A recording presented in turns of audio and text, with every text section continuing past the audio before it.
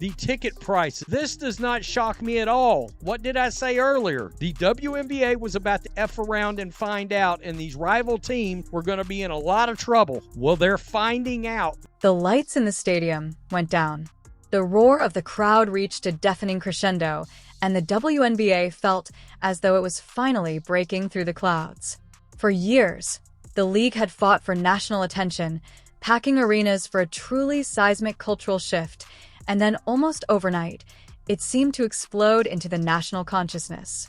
Record viewership figures flashed across screens, sold-out signs adorned ticket booths, and an unquestionably vibrant buzz echoed from sports bars to social media feeds worldwide.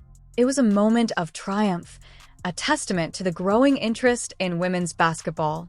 However, there was a quiet announcement of a seemingly minor setback, a few weeks on the sidelines for one player, but that one and apparently unimportant piece of information set off an unprecedented financial shockwave that tore through the league, revealing a foundation so dangerously brittle that even seasoned sports officials were taken aback.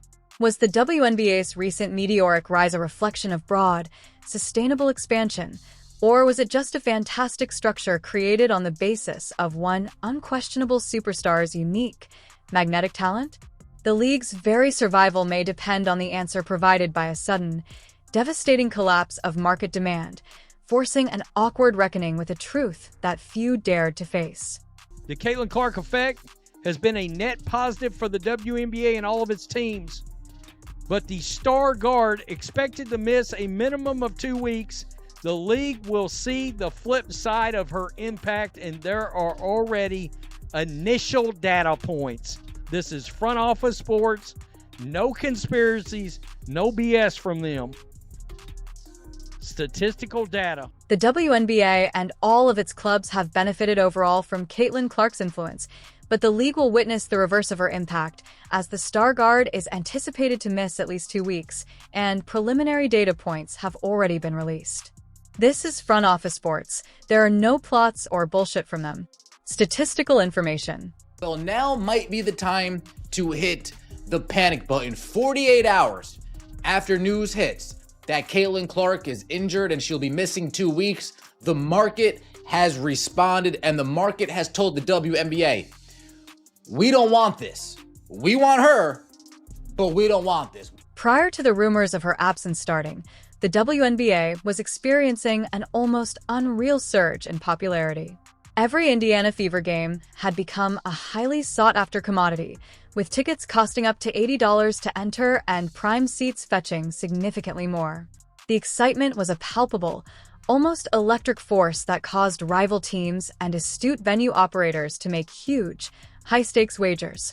Take the Chicago Sky, for example, who made the daring, unprecedented decision to move their highly anticipated game against the Fever from their usual 2,400-seat home at Windrest Arena to the expansive, cavernous 21,000-seat United Center, an arena usually reserved for NBA giants and international music icons.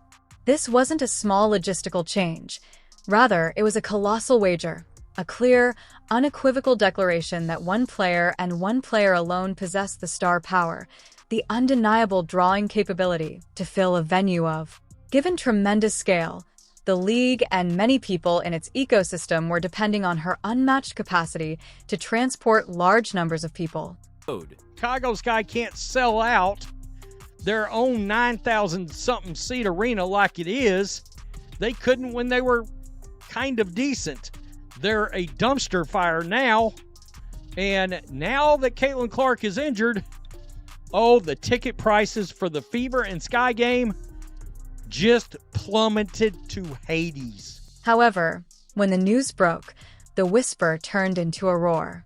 The player who had attracted tens of thousands of fans was sidelined, and as soon as the market learned of her absence, everything changed. The reaction was swift, visceral, and devastatingly obvious, and the market, in its brutal honesty, delivered reaching a collective quiet that cried out a clear message: we don't want this WNBA, we want her gone. The product isn't the same, and the resulting financial collapse was not only severe, but catastrophic. In one heartbreaking overnight crash, The United Center's once premium Chicago Sky vs. Fever showdown saw its cheapest entry tickets fall from $86 to a pitiful $25, an incredible 71% decrease in value. A dizzying decline from expected grandeur to the verge of financial catastrophe for that specific event. And this wasn't a unique occurrence. A minor blip on the radar, the same tragic event occurred when the Fever and the Mystics met while traveling. They stink now. Yeah, it's about me too. No, it's not. And this is was once a highly sought-after ticket that sold for $41 but fell to just $22, a terrible 47% collapse that left fans and likely team executives in shock.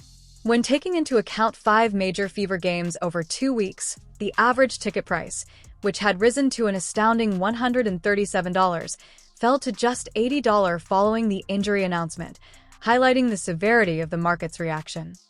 To games over the next 2 weeks have dropped 42% since Caitlin Clark's injury announcement, an average ticket price of $137, all the way down to $80.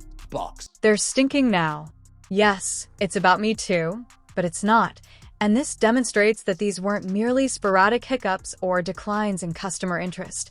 Rather, they were blatantly obvious. Fan declarations no sale, no Clark even before tip-off. There was a chilling void where excitement once vibrated, and the palpable shift highlighted a stark, unsettling truth. The demand for tickets was inextricably linked to her physical presence on the court. When she wasn't there, the building seemed to lose all of its energy.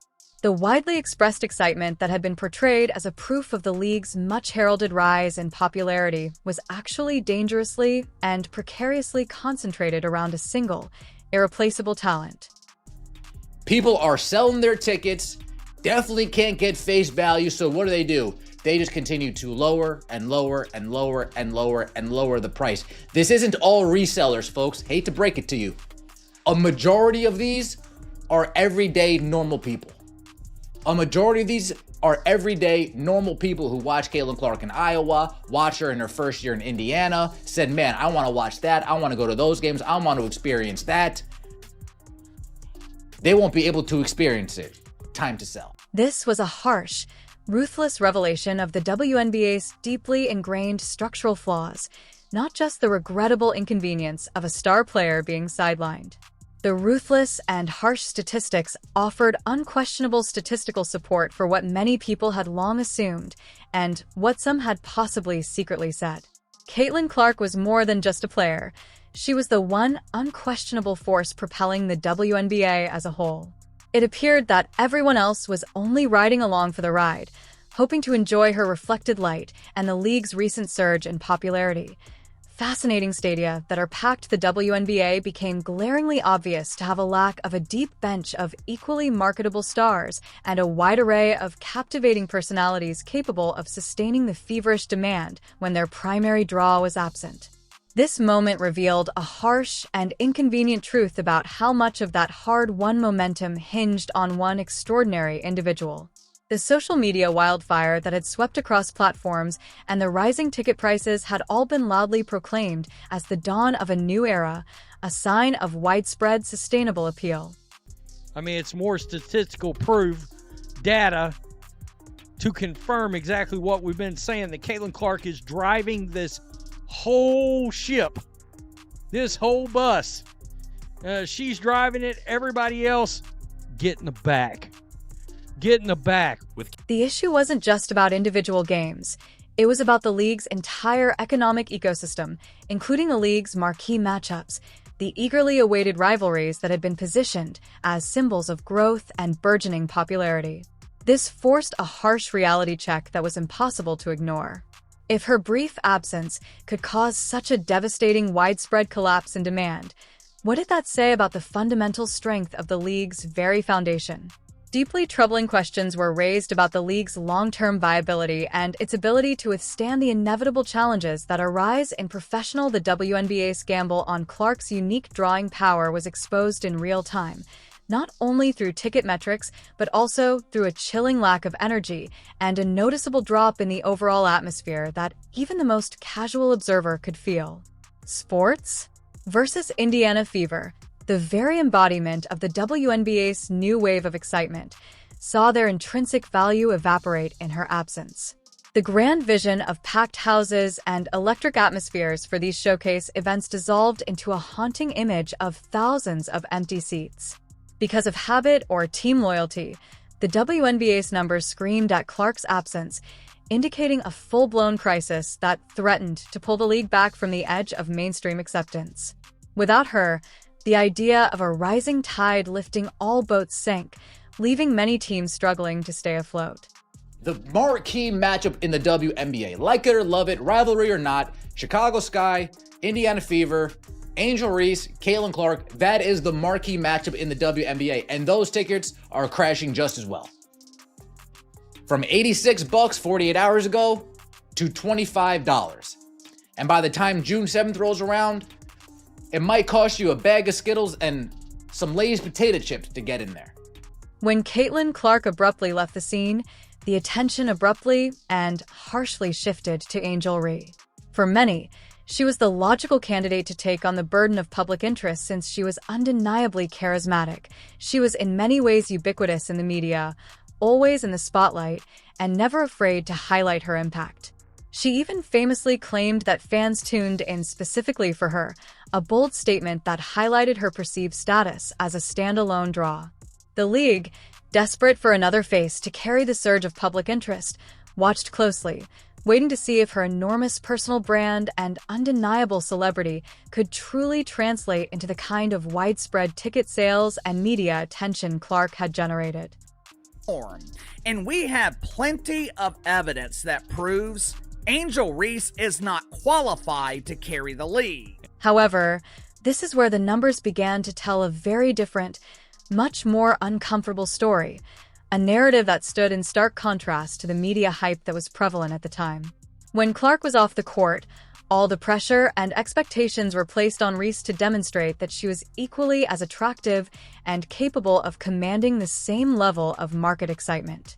To date, the market's response has been brutally precise and unforgiving, not quite taking into account the same Chicago Sky vs. Fever game at the United Center, which was meticulously planned to be a grand showcase for the Reese vs. Clark rivalry, with the grand plan for it to fill an NBA arena, which was a testament to the league's rise, fell apart the moment Clark was disqualified.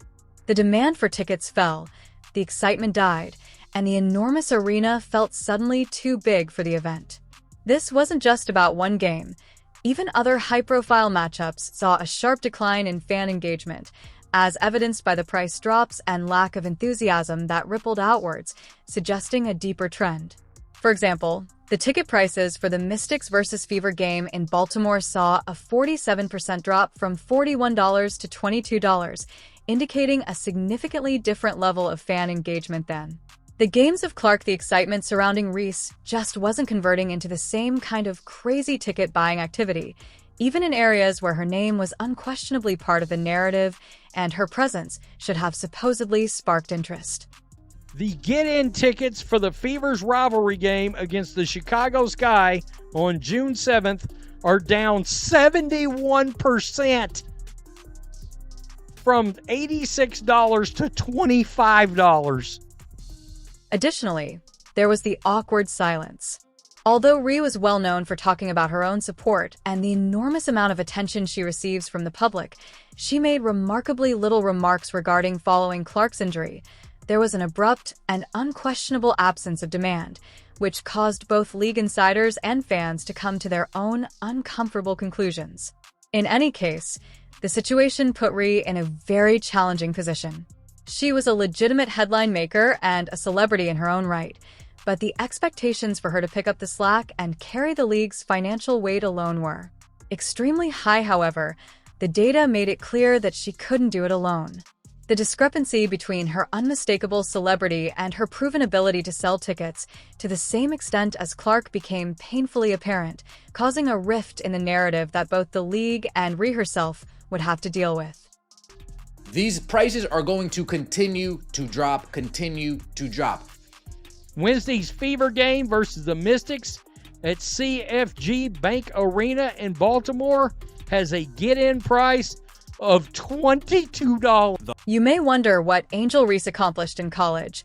Her indisputable LSU highlights, her viral moments that enthralled millions, and her enormous, it would seem reasonable to assume that her enormous star power and personal brand would carry over and exert the same magnetic pull in the WNBA given her massive social media following, which dwarfed many professional athletes. However, the WNBA's recent market downturn shows that the cold reality is radically different. Due to Caitlin Clark's nearly unmatched ability to draw large crowds, venues are often packed, creating previously unheard-of demand and raising the bar for ticket pricing in. It would seem reasonable to assume that her enormous star power and personal brand would carry over and exert the same magnetic pull in the WNBA given her massive social media following, which dwarfed many professional athletes. However, the WNBA's recent market downturn shows that the cold reality is radically different. Due to Caitlin Clark's nearly unmatched ability to draw large crowds, venues are often packed, creating previously unheard-of demand and raising the bar for ticket pricing in. This game get in was like $100 at one stage. This was $100 at one stage. Let's go one ticket. Or well, is it 2 tickets? 2 tickets. Let's just see what it costs for court. Look at how many, oh my god, look at how many people are selling tickets. There is a crucial distinction between being a celebrity and being a true draw, which is made brutally evident by the market's reaction. Many observers are unaware of this. As some blunt analysts put it, you can be famous and still not be able to draw flies to a fresh turd. This became the WNBA's painful lesson, the league's implicit gamble on Reese as a secondary pillar capable of shouldering a significant amount of attention. It is ironic that you can be unquestionably famous, a household name, and an influencer with millions of followers, and yet still not possess the singular ability to drive mass attendance or viewership when Clark wasn't present. A tangible, quantifiable decline in ticket prices, attendance, and the overall atmosphere occurred. Despite her enormous popularity, Reese was powerless to halt the decline, which wasn't just about the performance of individual players, but also about the league's overall marketing strategy and its problematic reliance on a concentrated few. But I'm like, I didn't realize just how bad it was going to get. I didn't realize how bad. Like, they all moved arenas and everybody's trying to sell their tickets. Like, if you look, the get-in price is $23.80. $23.80 is the get-in price for tomorrow night. Additionally, a deeper problem surfaced with the narrative around the league's product quality itself once the player who made previously unnoticed games became its main attraction. Events were missing, the emphasis shifted from individual talent to the league's larger systemic problems. The question then became, if the product is so good, why does it need just one player to be compelling? The mounting pressure on Reese, emphasizing the enormous weight she was expected to carry, only served to highlight the league's extreme vulnerability in the harsh world of professional sports, as it was a clear indication that fame alone does not guarantee financial drawing power. Even though the mainstream media wants us to believe that Angel Reese is a huge star, we have years of evidence that proves otherwise. Like I say all the time, there is a huge difference between a star and a draw. You can be a star, you can be famous, and still not be able to draw flies to a fresh turd. The financial risks that Clark's absence exposed were considerably more serious and dangerous than the majority of casual fans could have imagined. The repercussions went well beyond the obvious decline in ticket sales. Empty seats and arenas resulted in enormous, cascading losses in related revenue sources. Consider the hundreds of dollars in lost sales of items. For teams and venues alike, the silent registers at food and beverage kiosks and the empty concession lines where fans once screamed for snacks and drinks are essential sources of high-margin revenue, disappeared at a shocking rate. It is important to remember that the WNBA was reportedly already deeply in the red after losing an astounding $40 million just last year. This wasn't just an operational blip. It was a significant financial hemorrhage that had already sparked intense scrutiny and growing frustration from NBA owners who own stakes in WNBA teams. These influential and astute investors, used to successful ventures, were beginning to ask pointedly angry questions about when, if ever, this league would shift from a persistent financial drain to a viable business for some. The WNBA was in a critical life support situation where the patience of its financial backers was wearing dangerously thin.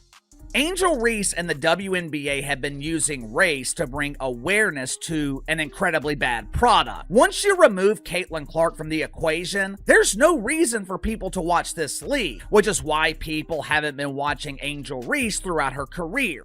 The upcoming negotiation of a new media rights deal, a multi-million-dollar lifeline that is absolutely crucial for the league's future, is a source of great anxiety. The potential value of this deal is a cornerstone of any modern professional sports league's financial health, and it is now fundamentally and precariously tied to Clark's consistently captivating on-court presence. If that deal, which was expected to be a major financial boost, comes in lower than expected because their top draw is sidelined, the consequences would be catastrophic and would mean even harder times ahead for teams with fewer resources. The league's entire business model, which was based on predictions of growth and rising profitability, has been exposed as incredibly precarious and practically entirely dependent on the health presence and one extraordinary star's appeal due to players and the increasing, intolerable pressure on the league to demonstrate that it can survive without continual financial infusions from its parent entity.